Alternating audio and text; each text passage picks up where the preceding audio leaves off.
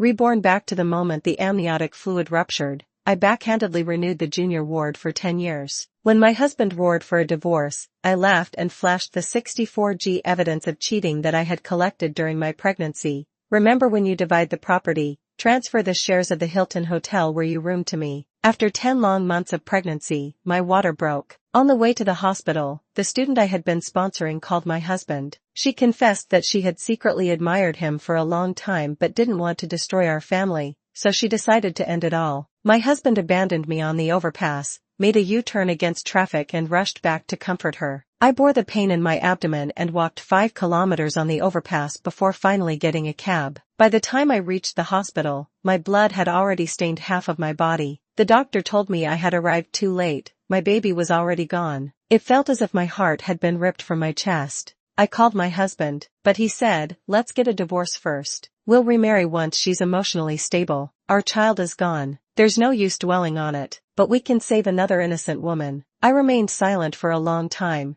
then quietly whispered, okay, then we're both free. The poor student successfully rose in status, while I, feeling disheartened, left for a distant place. But luck found me. I remarried a kind man and found happiness in a new family. 3 years later, I ran into my ex-husband. He grabbed me by the neck, fury in his eyes, and shouted, "You remarried again? Didn't we agree to remarry in the future? Are you that desperate? Can't you live without a man? Alora, you disappeared for 3 years and now you couldn't resist showing up. You're here for money, aren't you? This occasion is important and I warn you, stay away. Otherwise, you won't get a single cent." I stood frozen at the airport entrance, the harsh words of the man approaching me cutting through the air. I stared in shock, unable to move, until I finally recognized him, my ex-husband, Silas Armani, and walking beside him, like a vision of elegance, was Elvira Conti. Once, Elvira wore patched clothes. She knelt before me, begging for money to attend college. I, moved by pity, had helped her, caring for her needs. Little did I know that the girl from the countryside had been plotting to take my place all along. Now, after years of silence, she stood before me in designer clothes, a far cry from the girl I had once helped. It seemed that after pushing me aside, she had successfully won Silas's heart. Silas cursed me once, twice, and it still wasn't enough to ease his anger. He sneered, his voice dripping with disdain.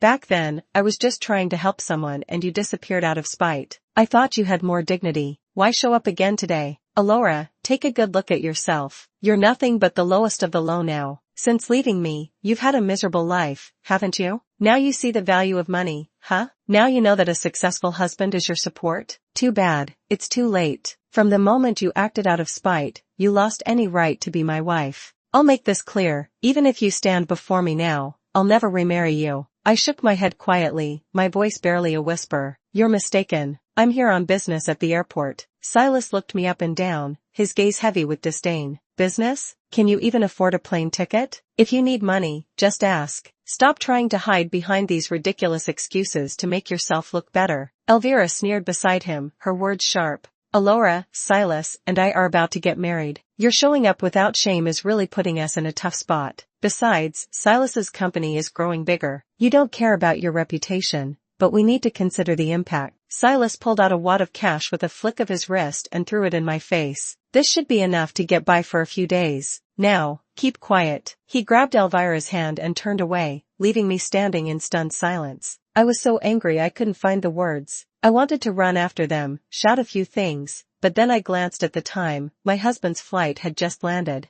In the past, I had always been late picking him up from the airport and I could still remember the sorrowful look in his eyes whenever I showed up late. Today, I'd been at the gym when it suddenly hit me that I needed to pick him up, so I rushed over, breathless, not even taking the time to change. Maybe it was because I was sweating and my hair was a mess, but Silas must have thought I was trying to reignite our marriage. I took a deep breath, steadying myself, and walked into the terminal. I had a husband who loved me, so why let 2 rabid dogs ruin my mood? But as soon as I entered the VIP lounge, my brow furrowed. The usually calm and quiet VIP lounge was chaotic today. The air was thick with cigarette smoke and men talked loudly and puffed their cigars like they owned the place. Silas was at the center of it all, surrounded by sycophants who lavished him with praise. "Silas, your company's on fire. That deal with Exeta Group? It's bound to be a game changer. You'll be at the top in no time. Don't forget us when you strike it big, Silas. We're counting on you to share the wealth." Silas grinned, clearly basking in the attention, his chest puffing up with pride. Next to him stood Elvira, her posture that of a CEO's wife, soaking in the compliments like a sponge. I choked on the thick smoke, coughing uncontrollably. A rotund man, balding and gruff, waddled over and sneered, "What are you doing here, country girl? This is a VIP lounge, not your personal resting spot. Get out." I pulled out my VIP card, but my irritation was barely contained. "I'm not in the wrong place. I paid for this." The man opened his mouth to retort, but before he could speak, Silas approached. His voice was cold, his gaze cutting. "Alora, is this what you've come to? Begging me for money? Now you're buying your way into the VIP lounge?" Before I could speak, he tossed a few bills at me, his fingers moving like he had all the time in the world. Without a second thought, he ripped my VIP card in half. "The money's refunded. You're no longer welcome here. Can you leave now?" My blood boiled and the words I wanted to scream barely stayed in my throat. I waved down a lounge attendant, my voice trembling with anger. The attendant sized me up with an icy look before responding, "If you don't want the refund, by the rules, you're still allowed to stay." I pointed to the no smoking sign on the wall. "Can you ask them to put out their cigarettes?" The attendant's gaze hardened further. "They've already paid their fines. They're allowed to smoke for the next hour. If you can't stand it, you're free to leave." His words sliced through me, dripping with condescension. "Honestly, some places just aren't meant for people like you." I took a deep breath, forcing myself to keep calm. "I'll file a complaint against you."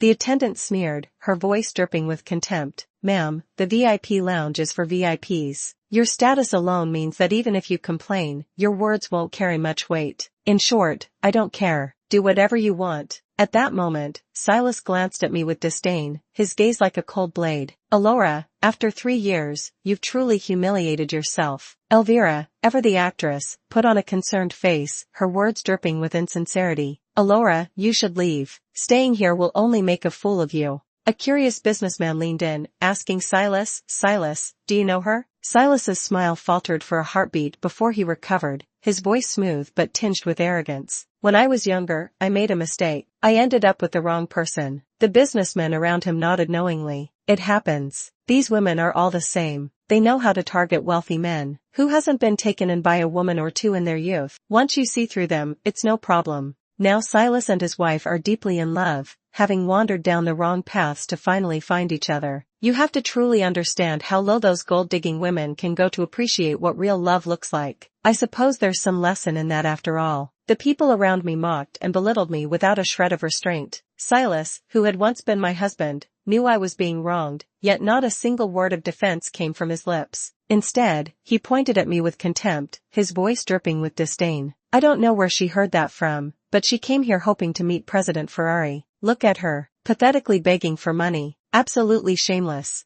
It's sickening." The crowd around me stared, their eyes filled with scorn as they tore into me. "Lady, dignity matters. It's time for you to leave. This is a business space, not some charity event. You're making people uncomfortable. You won't get a dime. You've got arms and legs. Why don't you work for your living instead of always looking for handouts?" I met their harsh words with cold defiance. "I didn't come here begging for money. I just happened to run into Silas." Silas sneered, his voice dripping with disdain. "Your pitiful act of playing coy, and you think I'll fall for it? Alora, I once loved you, but I've long since run out of patience with you." He pulled Elvira close, a clear show of possession, and shot me a glance. "I have someone else now, and we're getting married soon. As for you, you're neither my first love nor my obsession. You're just a fleeting shadow. Seeing you here today only brings one feeling: disgust. Your methods are dirty beneath me." The first clap came from nowhere, then, the whole room joined in. The businessmen clapped eagerly, their faces gleaming with admiration. "Silas is so powerful. Silas really knows how to protect his woman. What dominance." The sycophantic display turned my stomach. I couldn't bring myself to engage with these people, so I turned to leave. But Elvira stepped in front of me, blocking my path. "Alora, are you just going to walk away like this? Don't you think you owe me an apology?"